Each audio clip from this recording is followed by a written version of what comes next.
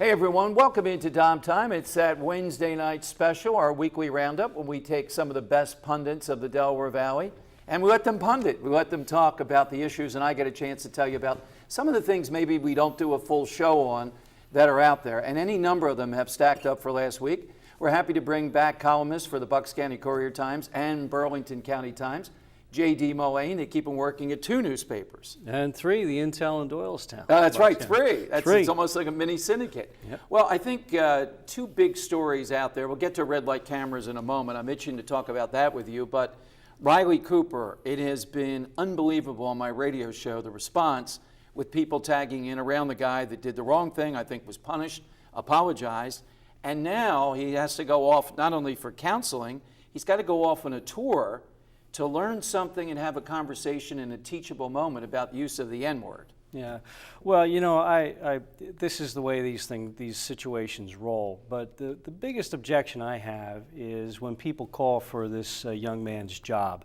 Look, the first person who can tell me that they've never used a slur against any kind of group or person or have used hateful language, call me and I'll write a column about that. Let me challenge you on that, though. Here's what the takeaway is that I have. You can have used those other things, and somehow or another, Deshaun Jackson, who plays for the Eagles, on a national radio show, had a doubleheader of gay slurs in one sentence. Yeah. Yet Michael never said anything. There wasn't a stir. Right. Had to apologize. There's one area that we have conflict with, and it's the N-word. Well, we should call that out. We shouldn't have a double standard. I don't believe the arguments that some people can use the N-word and other people can't. I think it's unfair, well, especially when you're talking a potential career-ending era. Well, I'll joust with you on that a little bit. I see a little bit of it, but I'd like to say that this one word is set aside. I agree with you, and I don't understand if it's that severe, how others can play around with it.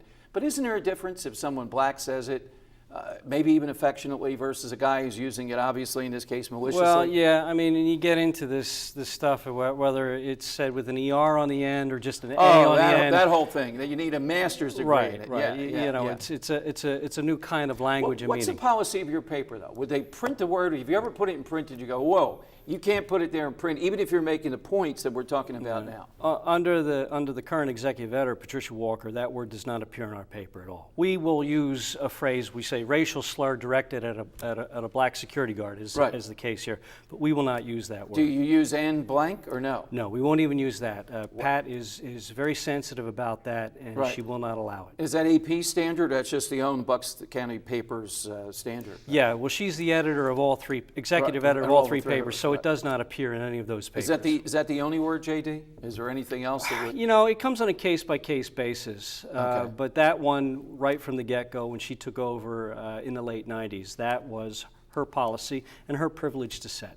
Yeah, and I'm fine if we set this word off as a singular word here. But then again, we got this conflict of other stuff that's going on with it. Yeah, well, you know, and one of the things that's going on with it, Dom, is that there is a tremendous lack of the art of forgiveness. You know, when somebody says something like this and cameras are so pervasive and it's caught and it's uploaded to YouTube, you know, people automatically, like Phil Sheridan at the Philadelphia Inquirer, call for this guy's job. And I don't get that. I mean, if Phil has never used that word or any word, fine. He's a saint. He's a better man than me. Now we have Mayor Nutter pressuring the Eagles front office to cut this guy.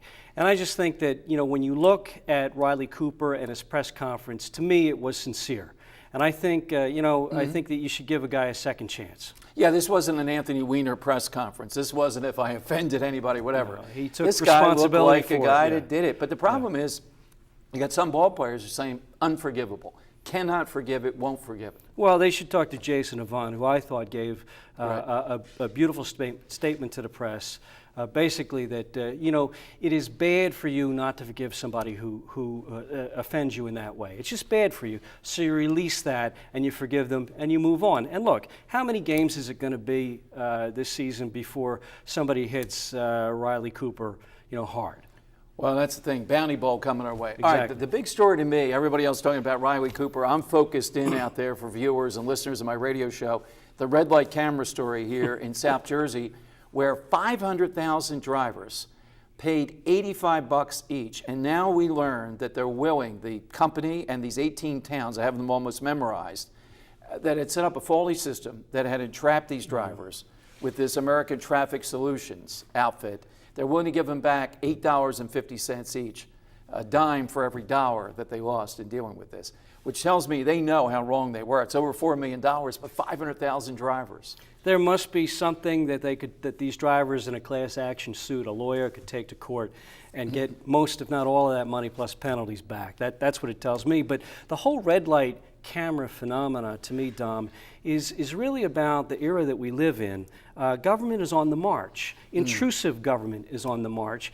And I just wonder, at what point are we going to say enough? You would think this would be the one. I have not gotten one call yet that said, we love it. Don't do, prissy drivers. I've never had to hit my brakes. I never had to make a decision about whether to go through the light or not. When I get near Grant, do you have a particular one out? You don't have too many out in Bucks.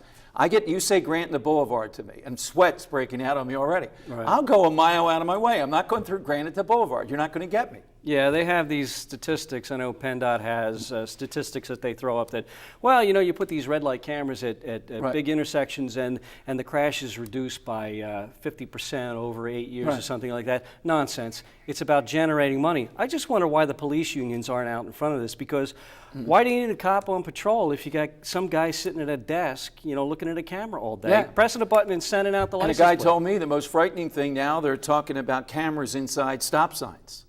Oh, great. So that'll be the next thing. And you wrote a column recently, too, about Route 13 and tunnels. Route 13, right, in tunnels under there. Yes, Don't yes, take the tunnels under there. My Why are we goodness, putting tunnels underneath a major road out in Bucks County? Well, it has to do with the Delaware Canal. The Delaware Canal is a 60-mile state park from Easton to Bristol. And through the 1950s and 60s, as the lower county was developed, it was obliterated. Its last 3 or 4 miles were obliterated. And so they want to reclaim the towpath. Well, part of the towpath is over State Route 13, which is a big, fast, 55-mile-an-hour four-lane highway. They, for the next 2 years, are tearing it up, and part of the project is to sink these enormous concrete bunkers, about 75 feet long, below street level, so you can't see them. There's no lights, there's no surveillance camera, and I wonder if, the homeless guys in the area haven't already been out there surveying it. But people are going to walk through these, they're going to use them? They say women at night, walk through the tunnels under Route 13. I have warned our readers, do not go through those tunnels at any hour of the day or night. They are invisible from the highway. Don't let your children go there, because it's just going to take, one incident before they block them up. Quick story, I once took the tunnel underneath the Ben Franklin Bridge. I had to get to the other side. Never do it again. There's one underneath the Ben Franklin Bridge. They got one on the Levittown train station, under the tracks. Here's the tip of the night. Avoid the tunnels. All right, more coming up as we break down the news of the week on the Weekly Roundup with J.D. Mulhane.